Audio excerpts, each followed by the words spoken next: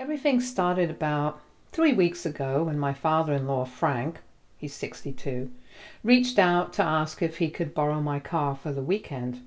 Just for context, he's been stuck in this really bitter divorce with my mother-in-law after more than 25 years of marriage. It's been a whole mess, emotionally draining for everyone, especially my wife, who's constantly caught in the crossfire between two parents who can't stop dragging her into their drama. So Frank called me on a Thursday evening. He sounded exhausted, like he'd had enough of everything. He told me he needed to get away for a few days, clear his head, unwind a bit. He said he was thinking about heading up north to see some of his old college buddies. It was about a 200-mile drive. Nothing outrageous. The only issue was that his own car was in the shop, waiting on repairs, and wouldn't be ready for at least another week.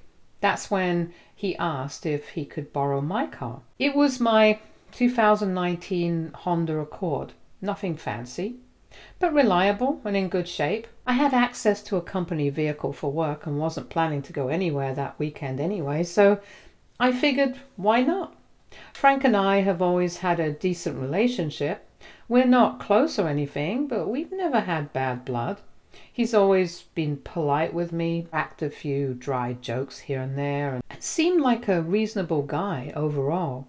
Given everything he was dealing with, it felt like the least I could do. My wife was also on board. She thought it might actually help him to get out of town, decompress, and just hit reset for a bit. So Friday morning, I handed him the keys. He seemed genuinely thankful, kept saying how much he appreciated it, and that he'd be back by Sunday evening. Everything felt normal, no red flags. Sunday evening rolled around, and nothing. No Frank, no car. At first, I wasn't too concerned. I figured maybe he'd lost track of time or decided to leave a little later than planned. I sent him a quick text just to check in. He messaged back after a bit and said that his buddies had convinced him to stay an extra night. He said he'd head back Monday instead. I didn't think much of it at the time. People extend trips all the time, especially when they're trying to escape some chaos back home. But then Monday came and went, and still no sign of him. No updates, no call. I tried calling him, but he didn't pick up. I shot him another message asking when he'd be back. That time he finally responded, saying something vague about how something had come up and that he'd explain everything the next day. That's when I started getting a really bad feeling. The vibe had shifted completely. It didn't feel like someone who just lost track of time anymore. It felt like avoidance. My wife was getting worried too. She tried calling him multiple times, but he wouldn't pick up for her either. By Tuesday afternoon, we were both on edge. Something just felt off. Then, out of the blue, Frank showed up at our place in an Uber. The second I saw him get out without my car, I knew something was wrong. My first thought was maybe he'd gotten into an accident or the car had been stolen. Something bad but explainable. But what actually happened? Yeah, I wasn't ready for it. He walked in looking like everything was totally fine. I asked him where the car was, and he just gave me this little shrug and said he didn't have it anymore. At first, I was confused, like, what do you mean you don't have it? I thought maybe it broke down and he left it at a shop somewhere. But then he just casually dropped it on us. Said he'd sold it. I remember just standing there trying to figure out if I'd misheard him. My wife froze next to me. Neither of us knew how to respond at first. He started explaining the situation in this weirdly calm, logical tone. Said he'd fallen behind on his alimony payments. According to him, the court was threatening to come down on him hard. Something about contempt or wage garnishment, I don't know. He said he didn't see any other way out. He needed money fast, and my car was the only asset within reach that he could quickly turn into cash. So yeah, he drove my car a couple of towns over and sold it to some used dealership for $16,000. Never asked, never even hinted that he was thinking about it. Just took it, sold it, and used the money to pay off the alimony. To make it worse, he actually admitted the car was worth more, probably around $22,000, but he said he took the first offer he could get because he was desperate. He tried to justify the whole thing by saying it wasn't personal and that it was about survival. Then he added something along the lines of how it was the only way to get my mother-in-law, who he referred to as that witch, off his back. I was absolutely floored, just completely stunned. I remember my mouth going dry and my heart was pounding like I just sprinted a mile.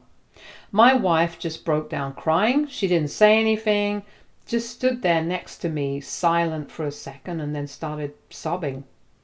And I couldn't even comfort her because I was too busy trying to wrap my head around what Frank had just said. When I asked him how he could possibly think that was okay, just taking someone else's car and selling it without asking, he had the audacity to act like I was the one being dramatic. He didn't yell or apologize or looked ashamed. He just shrugged and kind of muttered something about how family is supposed to help each other. He pointed out that I was doing fine financially and said he was in a tough spot and figured I'd understand, like that was supposed to make it all make sense. I was so angry. I couldn't even think straight. I told him the car wasn't even his to sell. Hell, the title was in my name and locked in our safe at home. I asked how he even managed to pull it off. That's when he kind of half admitted that he'd put together some paperwork to make it look like he had the right to sell it.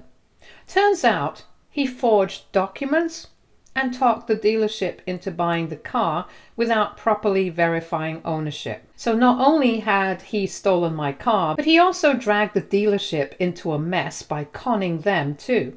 I couldn't believe it. This wasn't just some harmless favor gone sideways. This was flat out fraud, theft. He committed a crime and he did it to someone who had helped him out. When I told him that what he did was illegal and that I'd be calling the police, the switch flipped immediately. Suddenly, he was pissed, angry, like I had done something to him. He started throwing out all of this nonsense about how I was being greedy and how I had no sense of family values. He even turned to my wife and tried to guilt trip her, saying things like how blood is thicker than water and how she shouldn't let her husband send her own father to jail. My wife was completely overwhelmed. She didn't even know how to respond. She just kept shaking her head, like she couldn't believe what was happening. Frank stormed out not long after that, slammed the door and left in a rage. I didn't wait around. I picked up the phone and filed a police report for a stolen vehicle. First thing, the next morning, I contacted a lawyer too. I needed to know exactly what I was dealing with. The lawyer didn't sugarcoat it. What Frank did was a serious crime. He sold property he didn't own, forged documents to pull it off, and misled a dealership into buying the car. And the dealership wasn't off the hook either. They should have verified the paperwork before completing the sale. So now it's a legal mess involving all sides.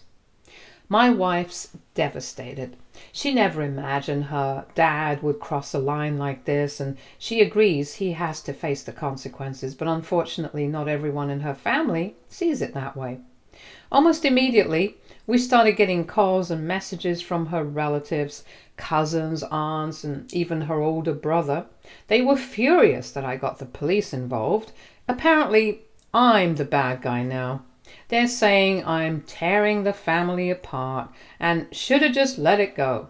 One of them even said I should have just seen it as a loan, like Frank would have magically paid me back at some point. Of course, Frank is out there spinning the story like a pro. He's telling everyone that I gave him the car and then changed my mind out of spite.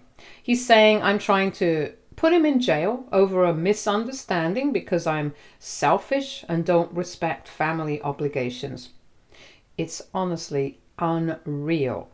The car itself isn't even the biggest thing anymore. It's the betrayal. The sheer entitlement, the fact that he looked me in the face and didn't see anything wrong with what he did. And now he's playing the victim and dragging everyone else into it too. When I told him I was moving forward with a lawsuit to either recover the car or get my money back, he actually laughed. Not even exaggerating, he laughed, said something like the courts would take his side because he had a reasonable excuse and because we're family. So now I'm sitting here, stuck in this horrible position. Part of me feels like I have no choice but to follow through. He stole from me. He lied. He forged documents. If anyone else had done that, nobody would be questioning my decision. But because it's family, people suddenly think the rules don't apply. I don't want to cause more pain for my wife. She's already hurting. But at the same time, I can't just pretend this didn't happen. Frank crossed a line, and if I let it go, I feel like I'd be sending the message that what he did was okay, that I can be walked over. So yeah, that's where I'm at. I honestly feel like I'm in some twisted nightmare, and now I'm just stuck wondering, am I wrong here? Should I really be expected to drop this just to keep the peace with people who clearly don't care what actually happened? Has anyone else ever dealt with something this insane? Because right now, I don't know whether to push forward or cave to the pressure. Update 1. First off, I just want to say a huge thank you to everyone for the overwhelming support, advice, and encouragement. Past few days have been completely insane, and I honestly don't know how I would have handled everything without the reassurance that I'm not crazy for being this upset. So, I wanted to give you all an update on what's happened since my original post. The good news is that the police took my report seriously and have been actively investigating the situation. They got in touch with the dealership where Frank sold my car, and sure enough, it was confirmed. Frank had gone there and sold them my vehicle. The dealership, once they realized they had unknowingly bought a stolen car, started cooperating fully with the authorities. Apparently, Frank went so far as to forge my signature on a power of attorney document and the title transfer in order to sell the car. Thankfully, the dealership had not resold the car yet, so it is still in their possession and being held until the legal process is sorted out. Meanwhile, my lawyer moved quickly and filed for an emergency injunction to ensure that the dealership does not sell the car to anyone else. On top of that, we sent Frank a formal demand letter requiring him to either return the vehicle immediately or pay the full market value of the car, along with covering all of my legal fees and any damages caused by his actions.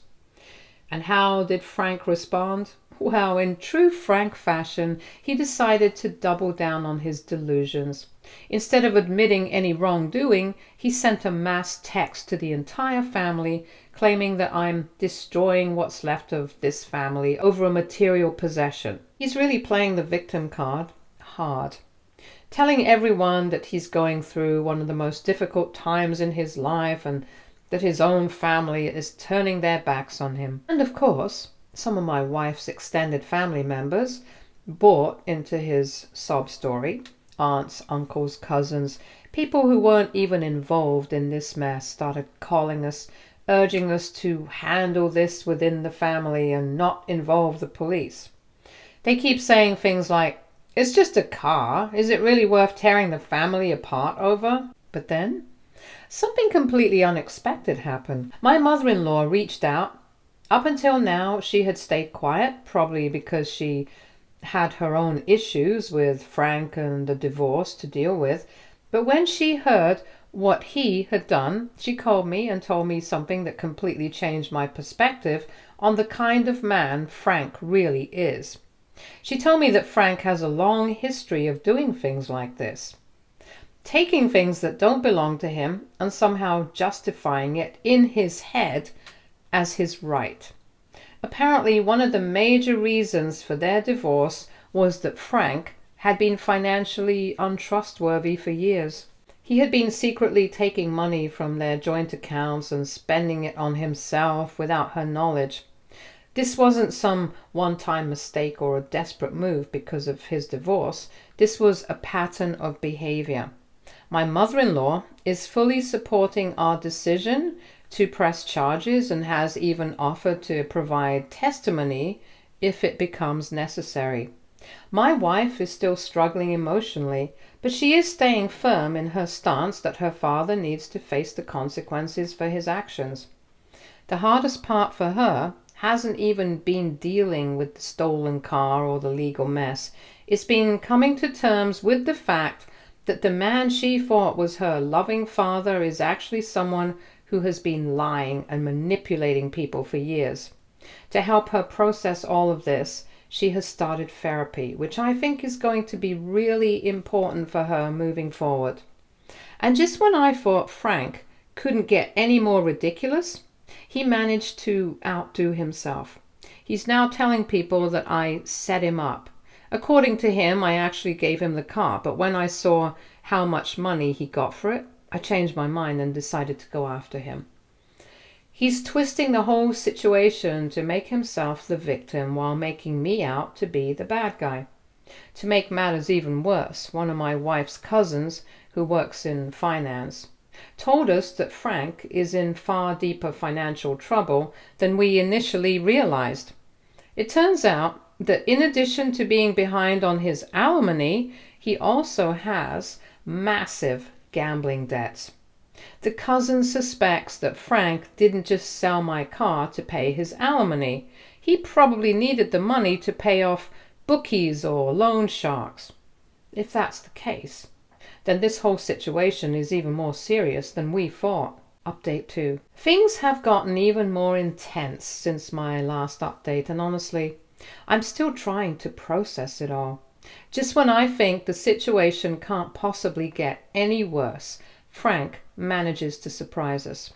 The biggest development is that the court approved the emergency injunction we filed that basically put a legal freeze on the car and prevented the dealership from selling it or doing anything with it until everything is sorted out in court. Thankfully, the dealership has been cooperative this whole time. They're just as caught up in Frank's mess as we are, although I still feel like they should have been way more careful before buying a car without verifying ownership. But at least they're working with us now. What I didn't expect was Frank's reaction once he found out about the injunction. The day after the hearing, he didn't even show up for it. By the way, he showed up at our house completely unannounced. I was working from home, and my wife had just gotten back from running errands. We heard this loud banging on the front door, and when we looked outside, there he was, standing in the middle of our front yard, yelling like a maniac. He was clearly drunk. You could hear it in his voice and see it in the way he was swaying. He was shouting all kinds of nonsense about how I was a greedy, materialistic snake and that I cared more about a stupid piece of metal than my own family. He kept going on about how blood is supposed to matter and how I was tearing the family apart over a car. My wife tried to tell him to leave. She opened the door and told him that he couldn't be here like this. But he just got angrier. He started pacing back and forth on the porch, ranting louder, calling me names and saying things like, "You think you're better than me just because you've got your little house and your job and your fancy car?" At that point, we didn't feel safe. So we shut the door and called the police. While we were waiting for them to show up, Frank kicked our front door hard. So hard that the frame cracked. Then he stormed off, got into a car, I have no idea if it was his or borrowed or what, and drove away, still drunk. The police arrived not long after, and we gave them a full report, showed them the damage to the door, and explained everything that had been going on. They added this to the existing case we already had open against him.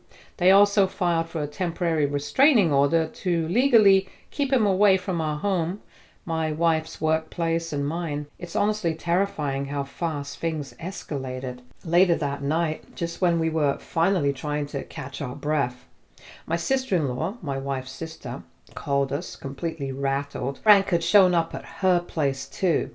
Same behavior, slurring his words, rambling, getting emotional, talking about how his whole family had betrayed him. She said he kept repeating, "My own daughter's turned on me, and I have nothing left now." The next day I received an unexpected call from one of Frank's buddies, the ones he supposedly visited that weekend. This man, I'll call him Dave, said Frank never actually visited them. Dave saw my social media posts about the situation. I had vented on my private Facebook, and recognized my name. He said Frank had called him about 3 weeks ago to verify his address, saying he might stop by but never showed up. This confirms my suspicion that the whole visiting buddy story was just a pretext to get my car. Meanwhile, my lawyer informed me that the district attorney is moving forward with criminal charges against Frank. They're charging him with grand theft, auto, forgery, fraud, and now property damage for our door. Given the value of the car and the intentional nature of the crimes, Frank is looking at potential felony convictions and possibly jail time, especially since this appears premeditated. Frank, however, has not taken any of this seriously. He's been calling and texting my wife from new numbers, flipping between begging for forgiveness and threatening legal action of his own. He's claiming that he was set up and that we're trying to ruin his life out of spite. At one point, he even left a rambling voicemail saying that he would never forget this betrayal. Frank's extended family is also divided on the issue. Some of them have been sending us guilt-tripping messages saying that we're putting a sick old man in jail and that we should let this go for the sake of family. Others have completely cut contact with Frank after hearing what he did, calling him a lost cause. My wife's aunt reached out to tell us that Frank has a history of borrowing money and never paying it back. But this is the worst thing he's ever done. Things took another turn when we found out that Frank had also attempted to take out a personal loan in my wife's name. Thankfully, the bank flagged it due to some inconsistencies and reached out to her before approving anything. This added another layer of fraud to his growing list of charges, and we immediately reported it to our lawyer and the police. Now, identity theft is also on the table. Frank's reckless behavior is spiraling. 2 days after the restraining order was issued, he was spotted sitting in his car outside our house, watching from a distance. A neighbor noticed and called the police. When officers arrived, Frank sped off, nearly hitting a parked car in the process. This led to yet another police report and an official warning from law enforcement. The stress has been unbearable for my wife, but she's handling it as best she can. Her therapist has been helping her process the emotional turmoil of realizing her father is far more manipulative and destructive than she ever thought possible. She told me last night that she doesn't think she'll ever be able to have a real relationship with him again, no matter how this plays out. As for the car itself, we've been in constant communication with the dealership. They've officially agreed to return it, pending the final court documents.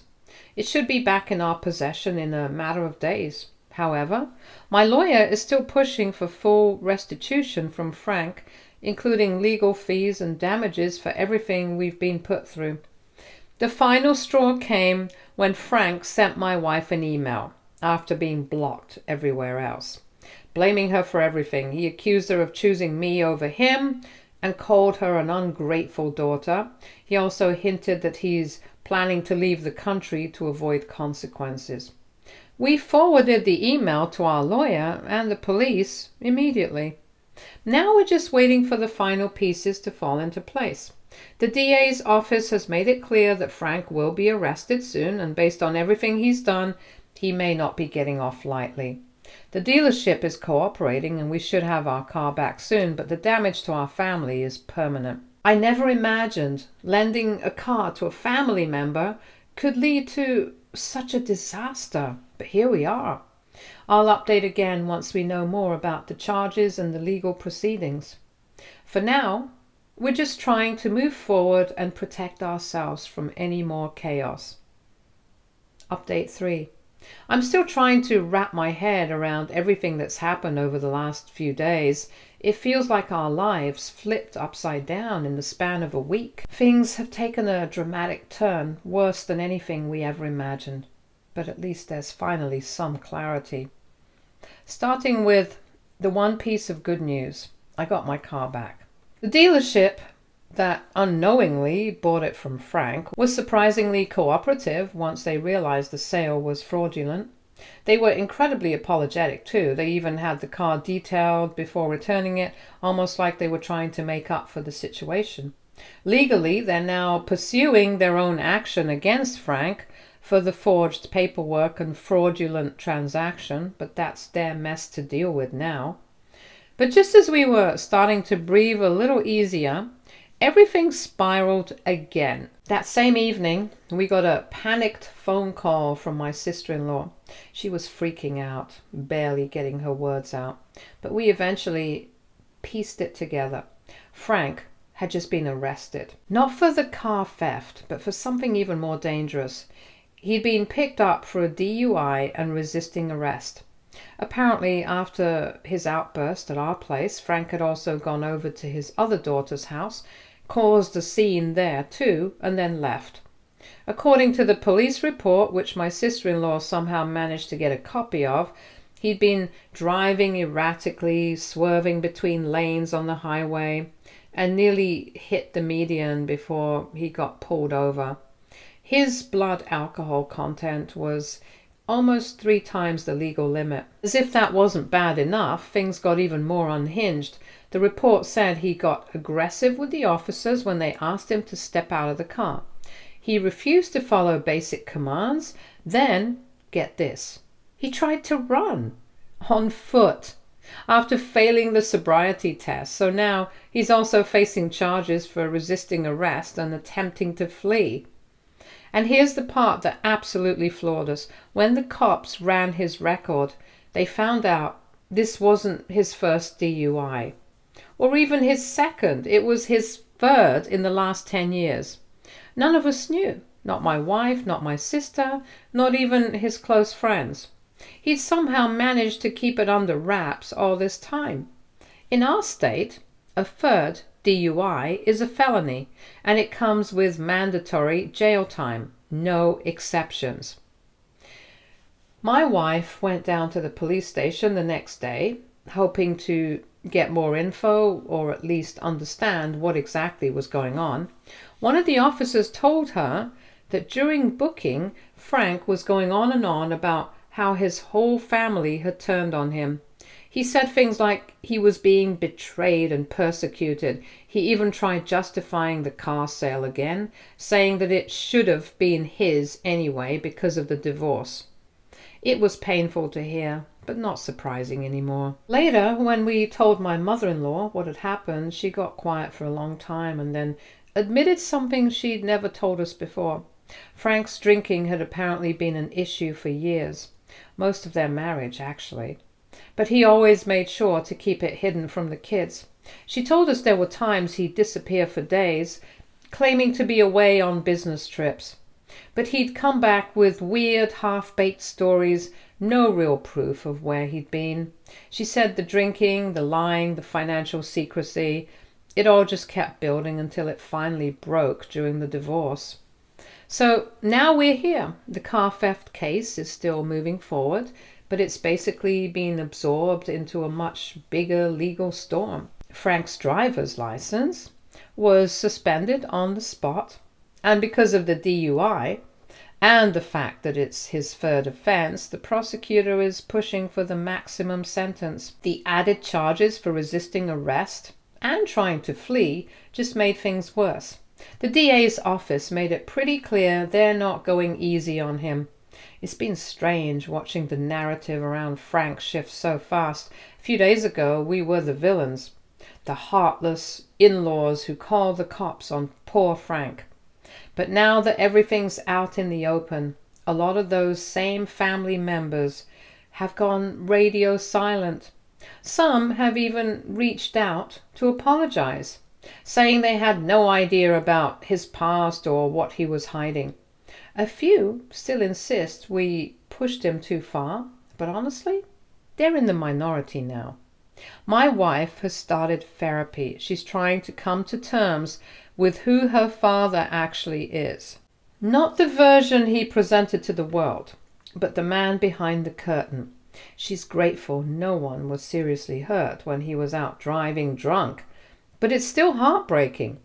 This isn't just about a stolen car anymore. It's about a man whose entire life has unraveled and who took parts of his family down with him along the way. We're even discussing whether we should push for some sort of mandatory rehab or substance abuse treatment as part of any plea deal.